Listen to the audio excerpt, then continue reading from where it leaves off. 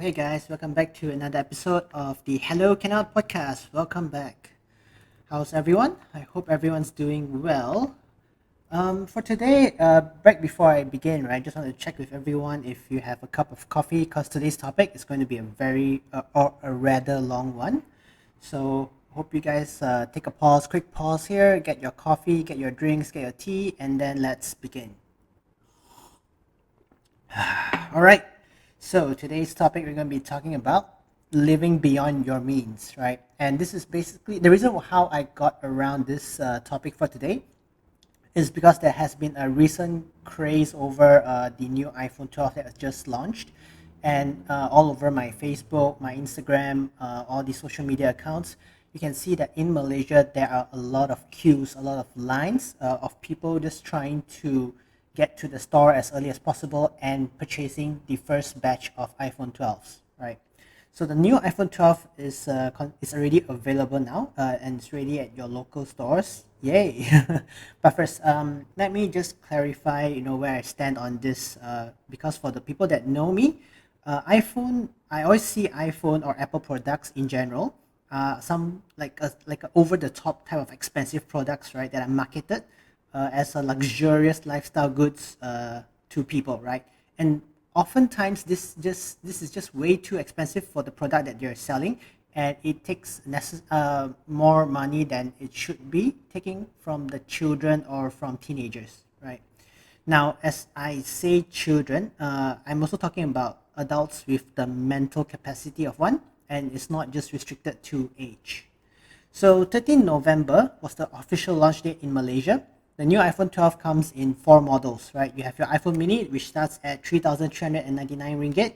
The standard iPhone 12, which starts from 3,899. The 12 Pro that starts at 4,899. And lastly, the 12 Pro Max that starts from 5,299 onwards. So basically what you do is you have four options to choose from, a variety of colors, and of course storage capacity. Now, just to share a bit of information that I discovered through YouTube last night. So if you've ever noticed the trend for Apple or iPhone in general, is that this is probably one of the few times that they have started this wide range of options for of products, right, for the users. So the reason why I'm saying this is because if you think back to right before the iPhone 10 there has never been such a variety or options, right? You basically either have your iPhone, let's say iPhone 6, 6 Plus, those were the only two variations. But you've never ever seen a launch of four models, right? And one of the main reasons that was mentioned in the YouTube video that I saw last night is that Apple is actually seeing a very horrible market share in India. So India being easily the first or the second highest population number of people in the world, standing at around close to 1.5 billion. It's the sales of the iPhones stand only at 2%, right? And potentially one of the main reasons is that iPhones that are sold is usually starts at a very high price, which people cannot afford. So in order to have that kind of market share to increase their sales and profitability, so they've started marketing cheaper models, which is the exact opposite from compared to other smaller companies. Like if you're looking into Huawei, you're looking into Oppo, or even what was that, Xiaomi, right? All of them started from a cheaper model, right? Which is catered more for the lower income, something that's more affordable. And slowly they ramped up their products to having more and more premium items. Apple is going on the other direction. All of their iPhones was exclusively expensive, and now they're looking into the lower tier of the markets because they find that this lower income tier set of people, a group of people, are basically untouched, and it's something that they want to tap into. Okay, all right. So for those of you who that do not know the history or background of Apple, let me just quickly summarize it for you. So I took some of this information which I'm about to share from Google. Apple was founded in 1976 by Steve Jobs and Steve Wozniak, right? There's two Steves, and just like every company that has ever been founded, right? They basically had a problem which they wanted to find a solution to. And the problem in 1976, which is, I would say it's similar to the current situation in the year 2020, is that the prices of technology is not affordable to the normal household, right? So basically, Apple was created to challenge this philosophy, to challenge the quota, or so they say. So Jobs and Wozniak had the vision that every home or office should be able to have a personal computer, right? PC. So IBM at the time, this is back in 1970s, IBM was the main force that dominated the entire technology market, and IBM actually had a range of computers or models, PC models that started from 10,000 US dollars and goes all the way up to even 40,000 US dollars. So no one could actually really afford at that time without knowing or learning on how to use a computer, right? So it was a very huge investment, and Apple came up with their own plan and made the first Apple One computer, which costs 667 US dollars. That is 16 times cheaper than what IBM offered for their cheapest model. So throughout the years, the Mac computers were enhanced even further, and what better ways, to improve the experience than have accessories to go along with it. So iPod, the predecessor to the iPhone, was the first popular tool that was widely accepted as the go-to device, right, for music playback. At the time, I could only stare in jealousy as my friends in school. They could just bring it along with them wherever they went, and they could just play it from their hands, right? So a device like this is that did not require any of the users to carry around cassettes or CDs around to play music. Is so convenient, right? And the iPod, luckily, was also very quite user friendly and intuitive, but also it comes at an exclusive price already. So imagine this was about 2 decades ago, and the price of the iPod was already at 399 US dollars at the time of its release in 2001. So that was already quite a heavy price considering that what you can exchange for with the same amount of money. But it didn't also end there as well. To fully utilize an iPod back then, you also need iTunes software, which is not really readily available in most computers back then. So before you had internet, right? Before internet was like a basic requirement for everyone. The only real way to obtain iTunes would be by purchasing a Mac or a Mac computer or a MacBook, and that requires users to fork out additional 2,000 US dollars just to make the iPod work. So imagine you're buying an iPod and your laptop or your MacBook is essentially your accessory to make your iPod work. So that's how expensive it was. Anyways, slowly let's go back to the main point. I just wanted to share, that times have been even more confusing since Steve Jobs has already departed us from the world of the living. So with the noble vision of challenging the status quo, right, back then, of why Apple was set up, Apple has not seen such a need since climbing to the top of the food chain in terms of price.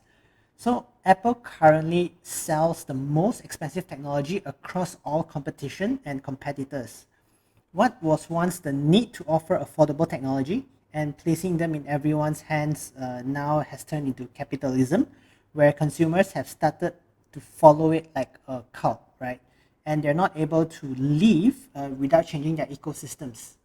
So essentially, I know a lot of people who have told me that the reason why they have started with Apple and they're not willing to move out and change to Android or even try Android is because there's too much information already that they have committed into Apple, even from the products that they have bought. So it's a huge turnaround for them to just make the swap just like that. Now, to really go back to the main point, right? We're back in the year of 2020. So Apple has been selling its ecosystem, its lifestyle, its brand. It's no longer only about selling the product, right? And iPhones are still the biggest selling cake in Apple.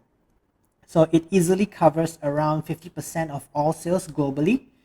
And also for your information, iPad, MacBooks, wearable and accessories are separate from the iPhone category. So that means iPhone category is only for iPhones. So Apple has this monopoly in an ecosystem that allows its consumers to just throw money at each upgraded version every year. I still remember like a few of my friends that every year when the new the newer model or versions of iPhone that comes out, they'll be bragging that they'll be getting it and they will already have it by the time it launches. So if that trend still continues till this day, I'm sure that they already have some form of iPhone 12 in their hands right now. But what makes me sad, right, is the fact that we are in a pandemic at the moment. So it's been over 6 months since we have been hit by lockdowns, and business all over the nation. Actually, no, wait, over the world has been hit, right? People are losing their jobs. They're getting pay cuts left and right, and they're finding it an even harder time to just put food on the table for the family. So there are still people, despite that, right, everything that's happened, there are still people that are queuing to pay a large amount of money, way above the average monthly salary, just to get a new iPhone 12. Look, I can understand if you have saved up money to get the latest phone, upgrading, let's say from your iPhone 6 or 7 maybe, but unless you are maybe like the owner of a sanitizer company, the CEO or the COO or the CIO, or even if your parents are like hospital directors, right? Please just do us a favor, buy your iPhone 12s and just stay silent, right? The rest of us are not really doing that well. We will appreciate any kinds of effort for you to just resist from posting on social media, right? You have your iPhone 12, fine. Don't use your iPhone 12 to even post on Facebook, right? You don't have to share with the entire world that you were the first in line or you were in the queue to get your new iPhones. And on top of that, right, there's this one major comment on Facebook that really grinds my gears and just makes me look like an angry person, right? So this is basically what that person said. Poor economy is not a problem for everyone. It's a personal problem. All right, so let that sink in for a while. Essentially, what this person is saying that you are the problem. Don't blame the economy, right? You are where you are because of your actions, and I am getting my money to spend on my iPhone 12. So that's a very arrogant statement to make. And how privileged can you be to make that statement during a time when everyone is suffering? There are so many things wrong with our society these days, and one of them is just the lack of sympathy. And what makes things worse is that, let me remind you, COVID-19 is still here. There are no vaccines or cure available yet. Everyone's still working on it. And still, you have people queuing at shops which sells iPhones, right? Your Mac Cities, your Mac Sheens, or even just your standard local IT stores at Maxis or Digi. So even if they are social distancing or if they are strictly following the SOP, the number of people just surrounding the area has just significantly increases the risk of infection already, right? Not when the cases are going up by hundreds within the same state. And just as I'm recording this, yesterday on the 24th of November, there has been 2,000 cases reported in Malaysia, right? So that's the highest we have had so far. So I'd just like to stress out, that we're living in an era of delivery. Literally everything that you want delivered to your house, you can just do it, right? We have all the apps, we have all of the venues or platforms to do it. Just get Lala Move, just pay them a small amount and just get it lah, right? It's been quite some time, since we have been given the power to make purchases online and just have them conveniently delivered to our houses. iPhones are no exception as well, right? They can be mailed to your homes, your offices. Like, is there really a need to line up at the shop? What do you think? Okay, so in line with the same topic, right? Not too long ago, I also just picked up on this article that was written by this journalist that basically went around conducting surveys with random people to understand lifestyle problems faced nowadays by everyone, right? Essentially everyone. What the journalist is trying to tackle is the problem of people subscribing to things that they shouldn't really be spending that money on. So for one of the survey participants, a young 26-year-old female corporate worker, which we will not be mentioning the name for this podcast. So this person is actually fully aware of her current situation. She's spending more money than what her monthly income is. How does that happen? I don't even know, right? Where do you get this additional money? But basically, skincare and beauty products already takes up around 40 to 60% of her income. And with the remaining balance, it's all left for food, transportation, and savings for a new bag. Now, it's not specifically mentioned what bag it is, but what she did mention is that this bag will cost around 5 digits. So let it be known, right? This is actually very uncommon for consumers to purchase five-figure designer bags in Malaysia. To earn that five-digit figure, people have to actually starve and cut down on their expenditure just to make sure that they can afford one of these bags. And then you have another auntie, right, from the same survey that mentioned that her nephew has a particular interest towards expensive shoes and gadgets. Her nephew is a university student that is always finding ways to just get money, like borrowing from people, to pay for his interests. So the shoes that he buys, the cost of these shoes actually goes up to a few hundred, and even some may even exceed 1,000 ringgit. So that's actually a very heavy commitment for students, right? They're not even working yet, or if they are working part-time, I'm not sure how they're getting money to just pay off this kind of shoes. The same auntie also mentioned that the latest phones, the latest gadgets, or the latest shoes, these are actually the new popular presents or gifts that are requested by kids today. So Christmas is just around the corner, and New Year's after that. So I hope that for parents or for people who are listening to this podcast, you do not have anyone, any friends or family members that have given hints for you to buy them these luxurious items for them as a present. So that boils down to the real question, right? Why are these things so sought after, so popular among this community? Some would say, they would like the functionality that it brings, right? iPhone, you can take pictures, you can go online. Everything is going through phones these days, smartphones. And some people, they might just love the presentation or the outlook of the item. Oh, it looks so beautiful and unique. I must have it. And let me just give you the quick answer here, and that is social status. What is social status? It's basically an imagined hierarchy ranking between one person versus the others, against the others, right? And this ranking is different from, say, positions in a company. In a company, you have directors, managers, workers, and so on. But in terms of social status, is usually equivalent to the amount of money and lifestyle that differs between two individuals, right?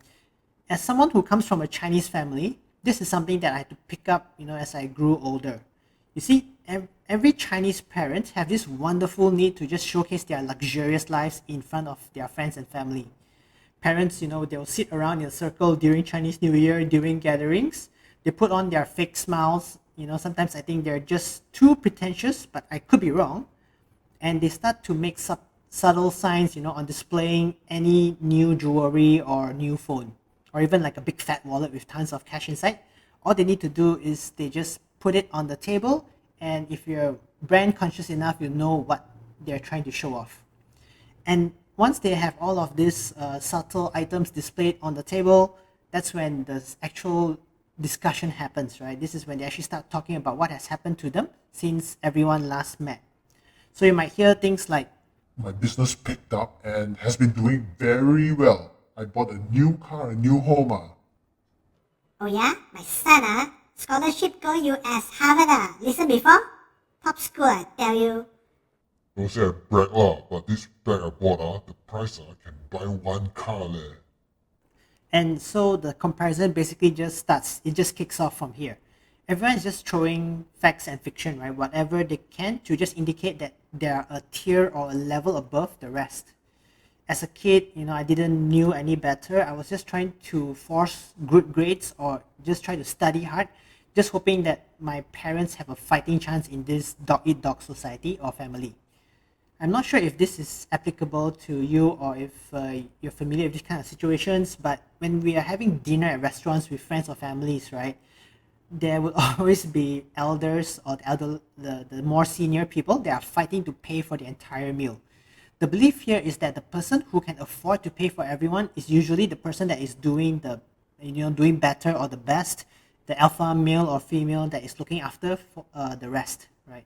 I can only imagine if I was the boss at all of these restaurants. I'd be like, okay, you want to show off who is better, right? Never mind, I take both your money, then you do also better. Same law, everybody win ma. And then I'll just walk away with double the earnings from that one restaurant table. I hope you see the problem here, right? This personality is something that has been instilled in our society, but it's very different depending on the generations. Just to keep in mind, our elders, our parents, they may like to show off equally as much as kids or teenagers do. Thinking about it, right, before iPhones came into play, when you're going to school, we had pencil cases, school bags, and we had that cool rubber eraser thing with a cool picture printed on it that we already started comparing with. And sometimes your friend would have that very cool, very nice bag that you really, really want. So you start asking around your parents, your friends, whoever that can get you one. It's almost as if comparison, right, is what scientists call an innate characteristic. Basically means we are born with it, not necessarily something that is taught. What a pity. So as school went on, me and my peers started moving on to CDs, MP3 players, and finally handphones, right? Each of these items being more and more expensive than the last, they serve as an item that further, segregates the social status gap. And even worse, sometimes people start forming their own small little parties or gangs or groups of people. And then you can see that you have the rich gang, the poor gang, and the people that they're so gang, they do well, but they don't have the top tier items. It's really a very hard task to stop people from showing off, especially from buying these luxurious goods to make themselves feel better for, like this imaginary hierarchy that is created in their minds. Human nature condemns us, to do this kind of things.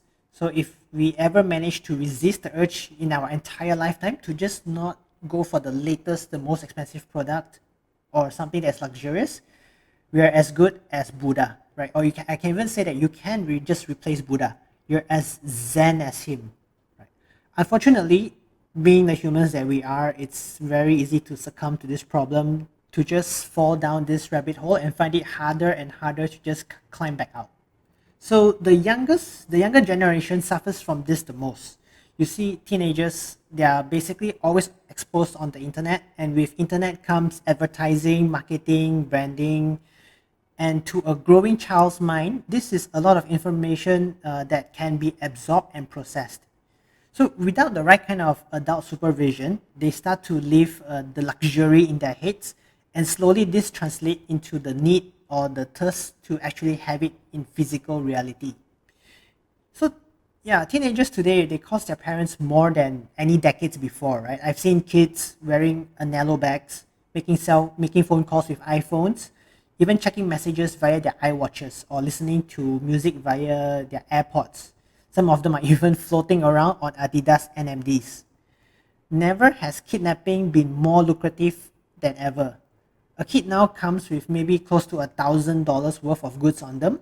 And with a month in Malaysia, right, the monthly average salary is around 3 to 4,000 ringgit or maybe even lower. So imagine you just need to kidnap 3 to 4 kids a month and you're good. Hello, don't do that, okay? That's just sarcasm speaking. Do not kidnap kids. It's not the right thing to do.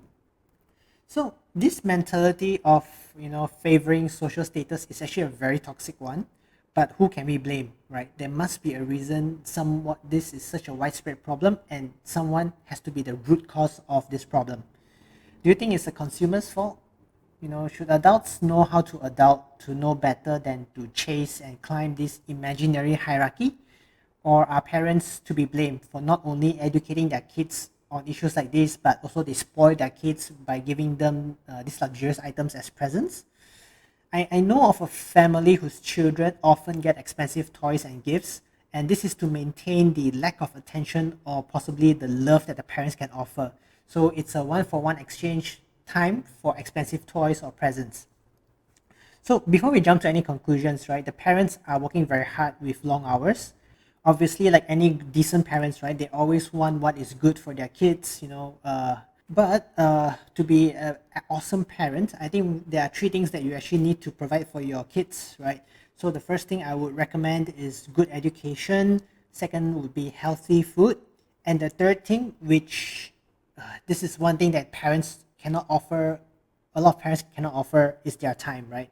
They're always working, especially parents with businesses. So this is the catch-22 that a lot of people are facing, and it's a big problem. So it should then the advertising brands be blamed instead? All they want, is a legal way of getting your money, catching our attention, and selling us the social status that we are all looking for. A smart consumer may not be tricked, but companies will always prey on the weak and the dumb. I'm sorry to say that.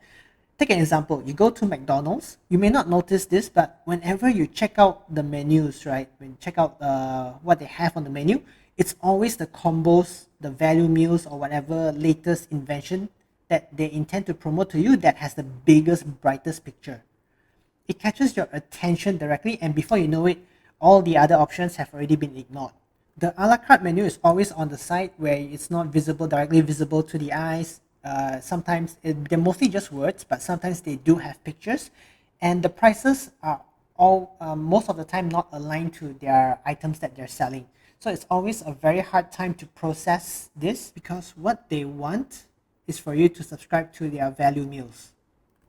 Companies are known to manipulate consumers into thinking that what they wanted was an inception in their minds, right? They basically want the consumers to think that they came up with the ideas themselves. The selling of this social status product is just one of the many human flaws that they are capitalizing on. So be a smart consumer. Alright, so with that comes to the end of today's episode. I would just like to leave a few questions as a takeaway for you to just think about it after this episode. Like what products do you own that you think contributes to your social status amongst your friends or family? Or, like just putting aside that social status value, right? Can any other products replace the functionalities offered? For instance, your iPhone, can another phone take the same photos of the same quality? And are they cheaper? Can you get that instead, right? If you know anyone, any friends or family members that is hooked onto spending for social status, how would you basically consult them? Alright, so think about it, and if you have any comments, feel free to leave us a comment at Hello Cannot Podcast on Instagram. Until next time, stay smart and spend wisely. Goodbye.